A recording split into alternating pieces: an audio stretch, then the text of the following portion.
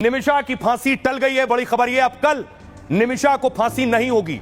निमिषा भारतीय नर्स का काम कर रही थी यमन में और वहां एक हत्या के मामले में सजाए मौत हुई थी। अगली तस्वीर देखिए, हत्या पार्टनर की पार्टनर ने उसका पासपोर्ट रख लिया था, परेशान कर रहा था तो इंजेक्शन दिया बेहोशी का जिससे पासपोर्ट ले सके और ओवरडोज हो गया दवा जिससे इसकी मौत हो गई। उसके बाद निमिषा पर हत्या का आरोप लगा और उसे सजाए मौत हुई। लेकिन अगली तस्वीर देखिए जरा, निमिषा को जहां सजाए मौत दी गई वो यमन में हूती विद्रोहियों का गढ़ है और हूती विद्रोहियों के गढ़ के बीच खबर यह आई कि निमिषा की फांसी फिलहाल टल गई है। निमिषा की फांसी रुकने की आखिरी उम्मीद कल तक खत्म लग रही थी।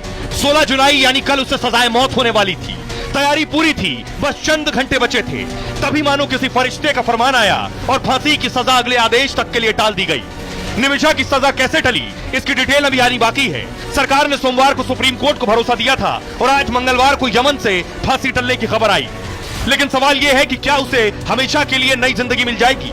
यह सवाल इसलिए अहम है क्योंकि नर्स निमिषा प्रिया यमन जैसे उस देश में कैद है जहां हूती विद्रोहियों का बोलबाला है। हूती विद्रोही बेहद कट्टर होते हैं और उससे बढ़कर भी ये जिस जेल में वो कैद है उस पर हूतियों का कब्जा है।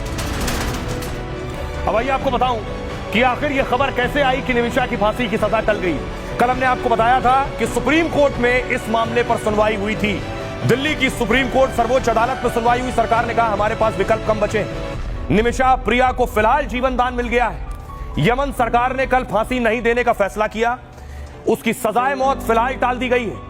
केंद्र सरकार ने सुप्रीम कोर्ट में फांसी की सजा टलवाने का भरोसा दिया था।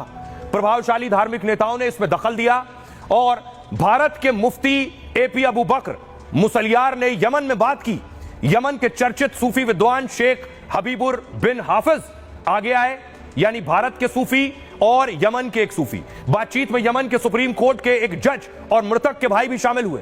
पहली बार है जब पीड़ित परिवार का कोई करीबी सदस्य बातचीत में शामिल हुआ है, इसलिए निमिषा और पीड़ित परिवार के बीच ब्लड मनी एग्रीमेंट की संभावना बढ़ गई है। यह बातचीत शरिया कानून के तहत हो रही है जिसमें ब्लड मनी का साफ साफ जिक्र है।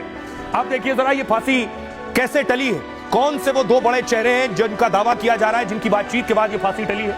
ये तस्वीर आप देख रहे हैं, पहली तस्वीर भारतीय सूफी अबू बकर मुसलियार और दूसरी तस्वीर आप देख रहे हैं अल हबीब बिन हाफिज की तस्वीर। ये दो चेहरे जिन्हें आप देख रहे हैं इनकी वजह से फांसी टली है। इन्होंने आपस में बात की है, यानी धर्मगुरुओं ने बात की आपस में और उसके बाद फांसी जो 16 जुलाई को होनी थी वो टाली गई है। देखिए दोनों है कौन। सबसे पहले देखिए भारतीय धर्मगुरु अबू बकर मुसलियार, भारत की तरफ से अबू बकर साहब शामिल हुए इस बातचीत में।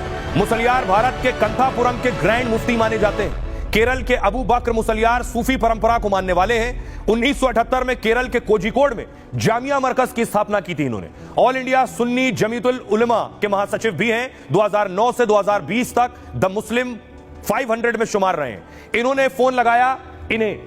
ये हैं सूफी विद्वान शेख हबीब उमर यमन के, और यमन की तरफ से सूफी विद्वान शेख हबीब सामने आए जिन्हें अल हबीब बिन सलीम बिन हाफिज के नाम से भी जानते हैं। सूफी विद्वान शेख हबीब उमर भी सूफी परंपरा को मानने वाले हैं। 1993 में इस्लामी शिक्षण संस्था दार अल मुस्तफा की इन्होंने स्थापना की थी। दुनिया भर के मुस्लिम छात्र इस संस्था में पढ़ने के लिए आते हैं और 2009 से टॉप 50 मुसलमानों की लिस्ट में भी ये शामिल रहे हैं। सुनिए जरा अब उन धर्मगुरु, उन सूफी की बात मैं आपको सुनवाने जा रहा हूं, भारत से जिन्होंने फोन लगाया और बात की यमन में और ये फांसी टली है। सुनिए।